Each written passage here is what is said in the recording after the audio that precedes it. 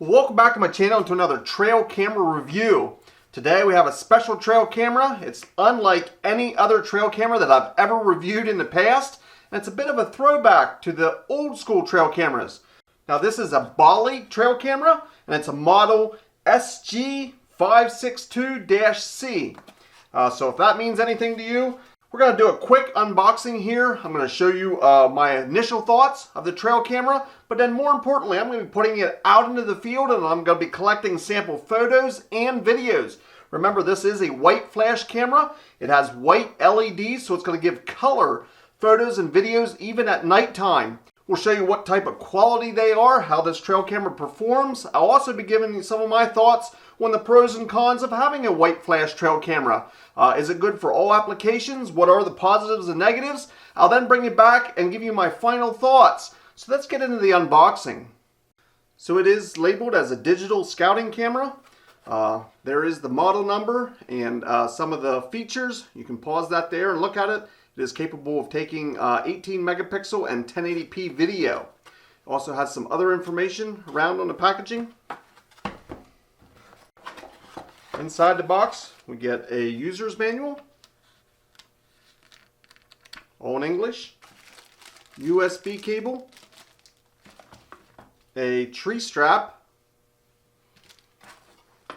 another tree mount. Looks like you would be able to screw this into a tree and have a 1/4-20 mount on the end. And then the actual trail camera. Let's take a closer look at the trail camera. Again, these are all LED white flash. Here's your PIR sensor and your camera lens down here. Has two latches here on the side. If we can get our fingers behind there to open them up. Inside it does take 8 AA batteries. It has a full-size SD card. Here's your USB port. External power. This is a 6-volt external power. This is your TV out. It does have a display screen here for the menu and for playback of the photos. Here's your menu navigation. On the bottom of the camera, we do have a 1/4-20 mount. And again, your external power port, if you so choose to use external power. On the back, it has a place for your tree strap. And that's about it. A little bit of serration here to help grip the tree. It would have a place for possibly a very small lock here to keep this latch from being open, but there is no Python cable or anything like that capabilities. So next, I'm going to be putting batteries and an SD card in this, and I'm going to be placing it out into the field. Most importantly, how is this going to function? What's the quality of the photos and videos? I'm going to share those with you in just a bit. I'll also be talking about, again, what I feel is the pros and cons of having this white LED flash. And then when I'm all done after using this for a couple of months, I'm going to be sharing my final thoughts, the pros and cons as I see them after using this camera. So you want to stick around for that. Let's get this out into the field and get some animals in front of this camera.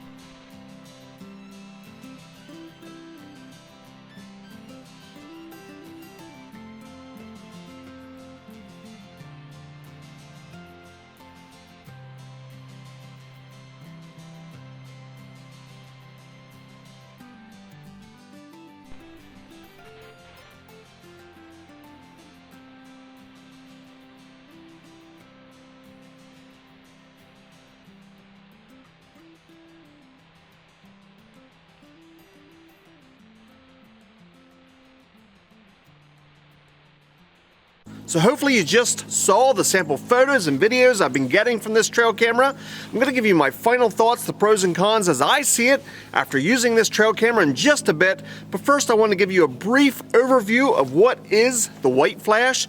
This is obviously a white flash trail camera. This camera is capable of giving color night photos and videos as you just saw, and that is one of the biggest advantages of using a white flash trail camera. Now, as a bit of a history, when trail cameras were first released, they were obviously 35mm, and all trail cameras were white flash. As time evolved and technology changed, trail cameras almost exclusively switched over to infrared. And there's various light spectrums that the infrared cameras nowadays are available in, but the advantage of that, it does not give you that white burst, that white flash. The infrared nowadays on cameras is less visible, and in some cases is advertised as invisible to the human eye anyway. That brings us to the negative of the white flash. If you're going to be using this as a security camera, it's not a very good option. Obviously, that white flash can be seen for great distances. There's no way to hide this camera, especially at night, because of whether you have it on photo or video. The white flash is definitely a burst of light that you can see from a long way away. Another disadvantage might be that they claim that the white flash can spook animals. As you can see in the sample photos and videos, it's definitely noticed, but I wouldn't say it absolutely scares the animals. Some animals are more skittish to begin with, so it might affect them more, but I think I showed you enough samples that you can judge for yourself. So I'm not going to say it's going to scare all animals. That's simply not true, but it's definitely going to be seen because it's that bright white flash. So that's a quick overview of what white flash is in trail cameras. It's not very common nowadays, and not many makes and models offer a white flash. Today the white flash is LED, which is a big improvement for battery life and for other reasons versus what the old 35mm or the original white flash cameras were. They were more of an incandescent bulb that would flash. These LEDs make it a lot nicer. This could be a good option if you want just to change the pace and getting those color photos and videos at night. Well, I've showed you an unboxing of this trail camera. I've put it out into the field, and I've showed you sample photos and videos I've received from this camera. Also gave you my thoughts on white flash trail cameras, what they might be best used for and what some of their limitations are. It's now time for my final thoughts.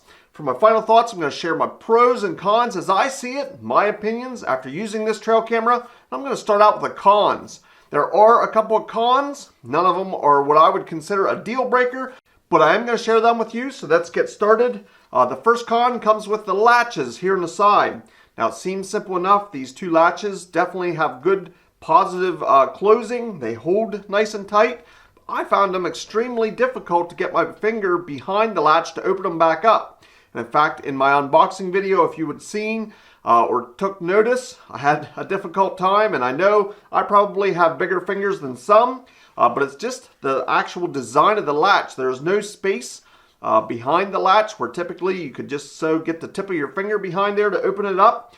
These are not made that way. They actually lay flat back against the case. Makes it very difficult and virtually impossible if you have gloves on.